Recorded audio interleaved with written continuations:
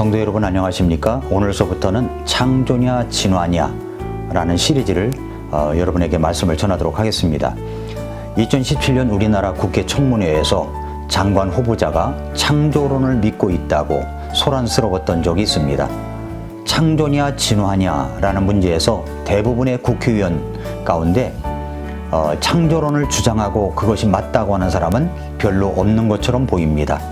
지구 나이는 6천년입니다. 하나님께서 세상을 창조하셨습니다 라고 하는 것은 당연한 진리인데 자신의 지위와 명예 때문에 그런 진리를 외면하고 창조론을 믿고 있다고 하는 장관을 몰아붙여 진화론을 믿고 있다고 답을 얻어야 통과가 되니 이 대한민국의 국회의원 가운데 진정으로 믿음을 가진 자, 창조론을 믿는 자는 얼마나 되는가 의심스럽습니다.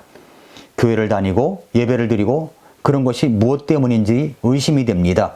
단순히 표를 얻기 위한 도구로밖에 보이지 않는 것일까요?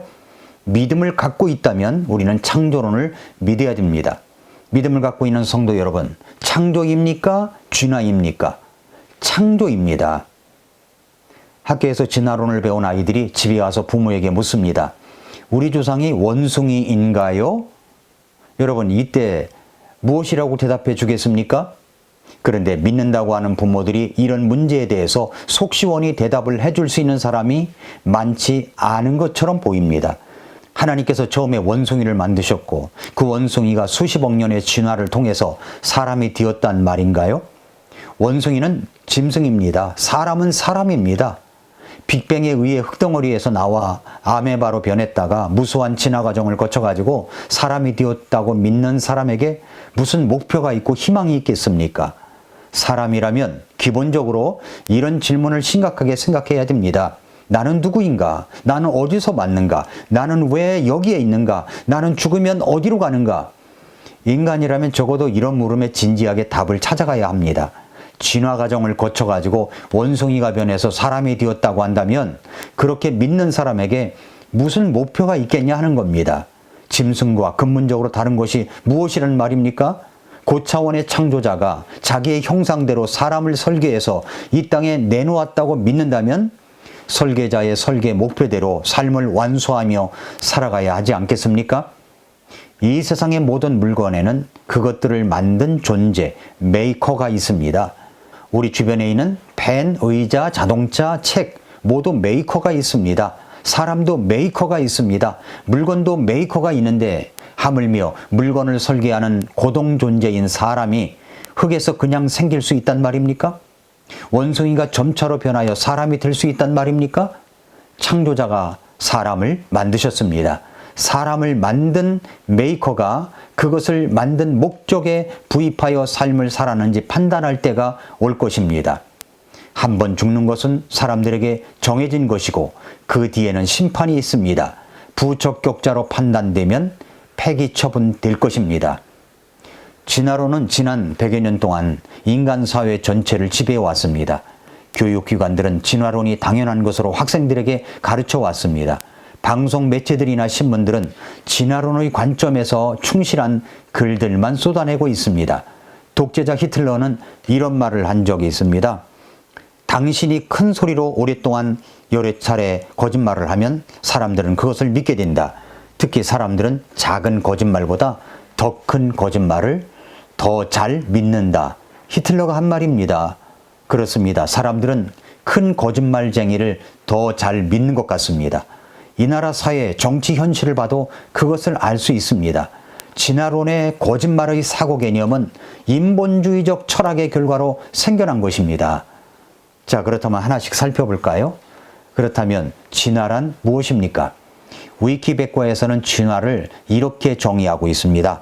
진화는 생물 집단이 여러 세대를 거치면서 변화를 축적해 집단 전체의 특성을 변화시키고 나아가 새로운 종의 탄생을 일으키는 과정을 가리키는 생물학적 용어이다. 여러 생물 사이에서 발견되는 유사성을 통해 현재의 모든 종이 이러한 진화의 과정을 거쳐 먼 과거의 공통조상, 즉 공통의 유전자 풀로부터 점진적으로 분화되어 왔다는 사실을 유추할 수 있다. 이렇게 정의를 내리고 있습니다. 그러니까 진화론에서는 최초의 생물이 30에서 40억 년 전 무렵에 원핵 생물이 출현되었다고 하고, 지금까지 발견된 가장 오래된 다세포 생물의 흔적은 6억 1천만 경이라고 추정한다고 말하고 있고, 5억 년 전 무렵이 되어서 식물과 균계 생물이 지구 전역을 뒤덮게 되었다고 말하고 있고, 그 다음에 절지 동물과 여러 동물들 역시 출현했다고 말하고, 3억 년 전 무렵 다른 양망역 동물들에서 양서류가 등장하였고, 포유류의 출현은 2억 년 전 무렵에 일어났고, 1억 년 전 무렵에는 조류가 파충류에서 진화되었다고 말합니다. 자, 이런 진화론자의 복잡한 진술 내용을 정리한다면, 진화론자들이 주장하는 것은 이런 것입니다. 100에서 200년 전에, 100에서 200억 년 전에 모든 것의 원천이 되는 빅뱅이 있었다.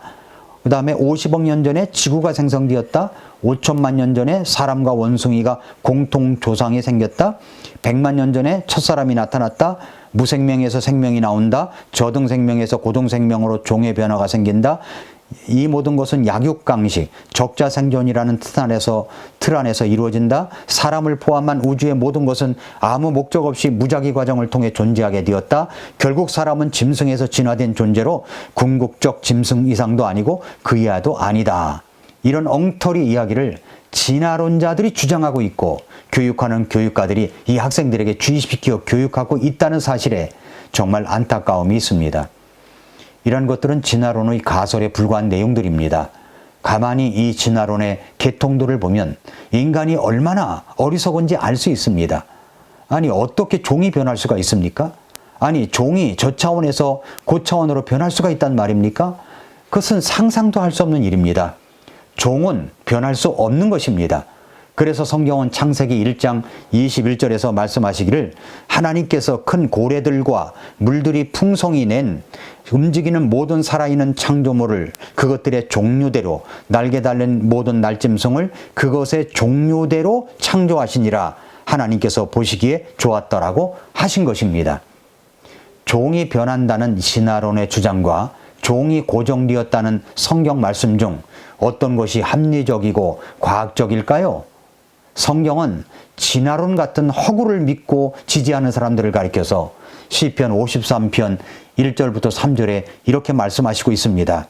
어리석은 자가 마음속으로 이르기를 하나님은 없다 하였도다. 그들은 부패하여 가증한 불법을 행하였으니 선을 행하는 자가 하나도 없도다. 하나님께서 깨닫는 자가 있는지, 하나님을 찾는 자가 있는지 보시려고 하늘에서부터 사람들의 아이들을 내려다보셨는데 그들이 모두 물러가 다 함께 더럽게 되었고 선을 행하는 자가 없나니 단 한 사람도 없도다 라고 했습니다. 진화론자들은 사람이 5천만 년 전쯤에 원숭이와 사람의 공통조상에서 나와 지금의 현대인으로 진화하였다고 말합니다. 또 그들의 주장에 의하면 소나 말 같은 동물이 물속에 들어가 가지고 진화한 결과가 바로 포유동물인 고래라고 말합니다. 물고기가 진화하면 도매뱀 같은 파충류가 나오고 또 그 이후에 새가 나온다고 주장합니다. 이런 황당한 주장을 펴는 진화론자들을 가장 어렵게 만드는 것은 뭐냐면 종의 변화에 필요한 중간 단계가 없다는 겁니다. 한 단계에서 다음 단계로 넘어갈 때 중간에 존재하는 단계가 하나도 없다는 것입니다. 잘 알아야 됩니다. 이 땅에도, 땅속에도, 물속에도, 심지어 화석에도 진화론자들이 상상하는 중간 단계는 하나도 존재하지 않습니다. 그럼에도 불구하고 진화론자들은 마치 과학인 것처럼 학계에서 당연하게 전하고 있습니다. 진화론은 허구입니다. 진화론은 잘못된 것입니다. 사랑하는 성도 여러분, 진화가 아닙니다. 창조입니다. 창세기 1장 1절은 이렇게 우리에게 선포하시고 계십니다.